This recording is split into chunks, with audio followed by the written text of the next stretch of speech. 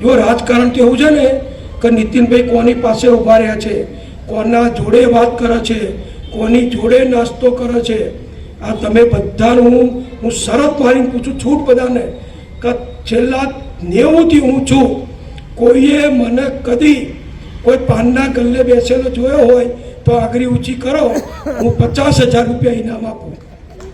બોલો, કોઈએ પણ. હું નહીં ખાતો, હું ખાવાય નથી દેતો, હું ખાતોય નથી, ખાવાય નથી દેતો. આ મોદી સાહેબનું સૂત્ર છે.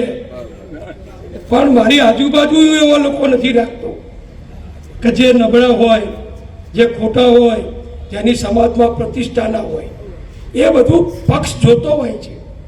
એટલે ફક્ત વાતો કરવાથી નહીં, કરી બતાવવાથી વ્યક્તિ મોટો બને છે.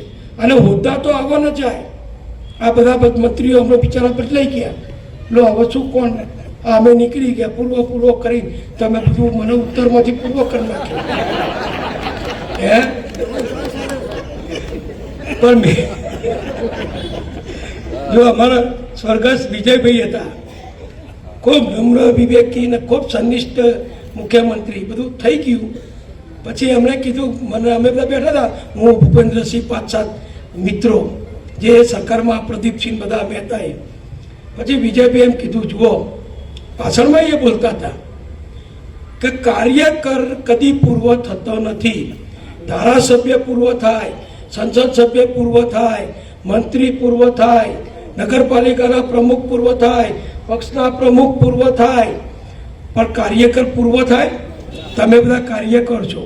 તમને કદી આ જીવનલાલ છે તે હું એમ નહીં કહેતો કે જીવનલાલ પૂર્વ કાર્યકર. જીવનલાલ એટલે જીવનલાલ. અશોકભાઈ કાર્યકર છે, ભીખાભાઈ કાર્યકર છે, વડીલો બધા કાર્યકર છે. કાર્યકર આજીવન છે.